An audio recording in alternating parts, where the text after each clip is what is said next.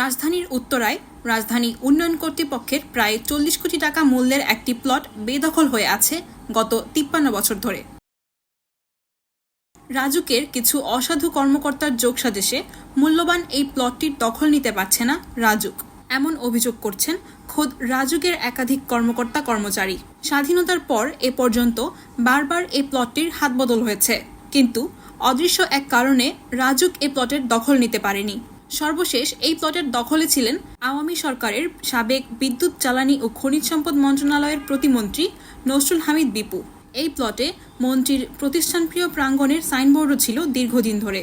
প্লটটি নিজের নামে করে নিতে রাজুকের ছোট বড় ও মাঝারি ধাঁচের একাধিক কর্মকর্তাকে একাধিকবার ফোনও দিয়েছিলেন তিনি। তার ফোনের পর অনেক কর্মকর্তাই চাপে পড়ে যান। সাবেক এই মন্ত্রীর হুমকিতে স্টেট 2 এর তৎকালীন উপপরিচালক শফিউল্লাহ তদন্ত না করে জাল নথি তৈরি করেন বলেও জানা গেছে। সেই নথি তৈরির কারণে তাকে অন্যত্র বদলি করা হয়। পরবর্তীতে এই ফাইল আবার অধিক তদন্তের জন্য পিছনে পাঠানো হয়। এরপর সে যাত্রায় আর সফল হতে পারেননি এই প্রতিমন্ত্রী। রাজুকের নথি ঘেটে জানা যায় 3 নম্বর সেক্টরের 9 নং রোডের 1 নং প্লটের প্রকৃত মালিক ছিলেন এক পাকিস্তানি নাগরিক। তার নাম ফয়েজ আহমেদ। 1964 সালে তিনি এই প্লটের বরাদ্দ পান। স্বাধীনতার পর এই ব্যক্তি পাকিস্তানে ফিরে যান। এরপর 9 কাঠার এই প্লটটি বিভিন্ন দখলদারদের হাত বদল হয়ে সর্বশেষ সাবেক বিদ্যুৎ, জ্বালানি ও খনিজ সম্পদ মন্ত্রণালয়ের প্রতিমন্ত্রী নসরুল হামিদ বিপুর দখলে আসে। 5 আগস্টের পর আর প্রিয় প্রাঙ্গণের সাইনবোর্ড দেখা যায়নি। তবে রাতের আধারে এই প্লটের দখল নেন ইহসানুল হক নামে জনৈক এক ব্যক্তি। তিনি এই প্লটে একটি সাইনবোর্ডও লাগিয়ে দেন।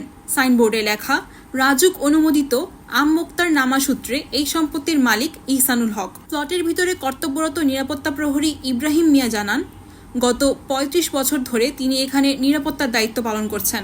এর মধ্যে বহু মানুষ এই প্লটের মালিক বলে দাবি করেছেন, তবে সঠিক কাগজপত্র কেউ দেখাতে পারেননি। প্রিয় প্রাঙ্গণের সাইনবোর্ড প্রসঙ্গে জানতে চাইলে এই নিরাপত্তা প্রহরী সাইনবোর্ড থাকার কথা স্বীকার করে বলেন, তিনি আমাদের মালিকের আত্মীয়।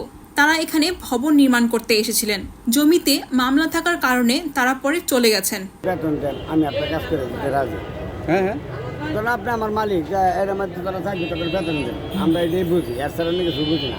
এরা কাজ করে মা শুনলাম তাকে কম মাছের যে মামলা এটা হইতো না। শুনছিলেন বাগানের কাগজটা লাগাইছিল।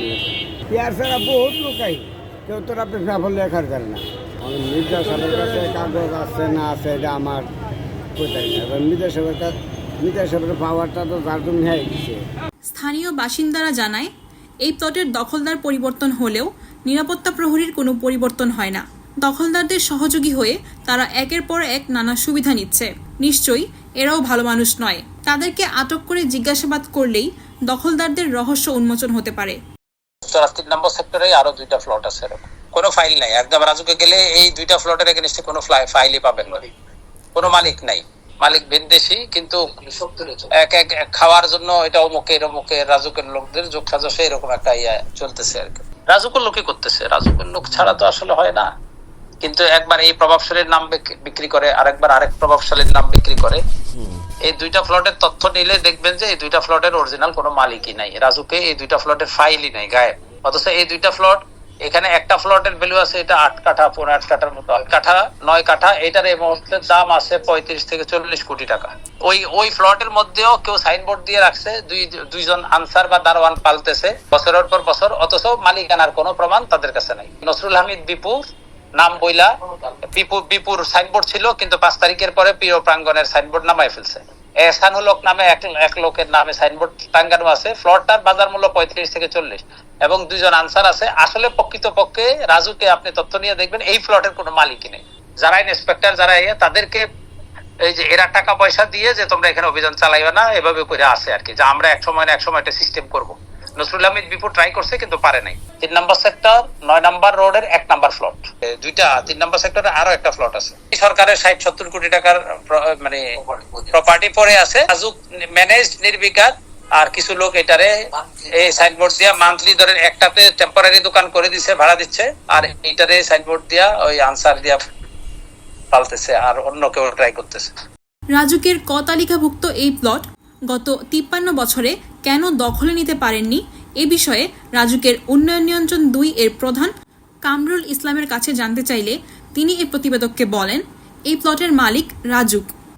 ও 391 তো মালিকানা নিয়ে একটা ঝামেলা আছে মনে হয়। আমি যখন স্টেট ছিলাম তখন আমার মনে আছে তৎকালীন এটা নিয়ে আসছিল দুইটা পক্ষ তদবির করতো। তখন দেখলাম মালিকানা নিয়ে ঝামেলা। পরে আমি এক ডিডি কে বললাম যে এটা ভালো করে যাচাই বাছাই করে দেবেন। ডিডি অতি দ্রুততার সাথে মনে হয় এক পক্ষের সাথে বায়াসড হয়ে সে রিপোর্ট দিয়ে দিল, মানে মালিকানা প্রুফ করলো। ডিডিরা তো সাধারণত মালিকানা প্রুফ করে। পরে আমি ডিডিরে বললাম যে মালিকানা কিভাবে প্রুফ করলেন?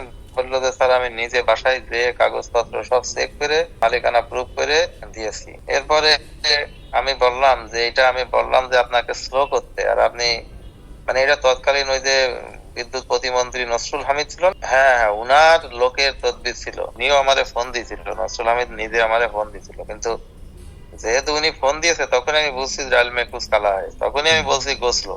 তো তখনই আমি ডিডি রে বললাম যে এটা করা যাবে না। ডিডি আবার ওই প্রেশার নিতে পারেনি, ও ভীতু বা চাকরির ভয় পেয়েছে বা কি করেছে জানি না, সে ওই পক্ষেরই মালিকানা দিয়ে ফাইল আমার কাছে পাঠাইছে। তখন ফাইল আমার কাছে আসলে আমি আবার অধিকতর যাচাইয়ের জন্য আবার ব্যাকে নিয়ে যাই। এর পরবর্তীতে ডিডি আবার বদলি হয়, না হলো শফিউল্লাহ বর্তমান যে ডিডি ছিল। তখন আমি বললাম যে মালিকানা যাচাই করার জন্য সিআইডি তে চিঠি দিয়ে দেন। সেটা মানে দুইজন বলে আমি এই নামে তো সিআইডির কাছে চিঠি দেওয়া হয়েছিল। সিআইডি এখনো পর্যন্ত কোনো রিপোর্ট দেয় নাই। আনাম আফরোজী আশা, নিখাত খবর, ঢাকা।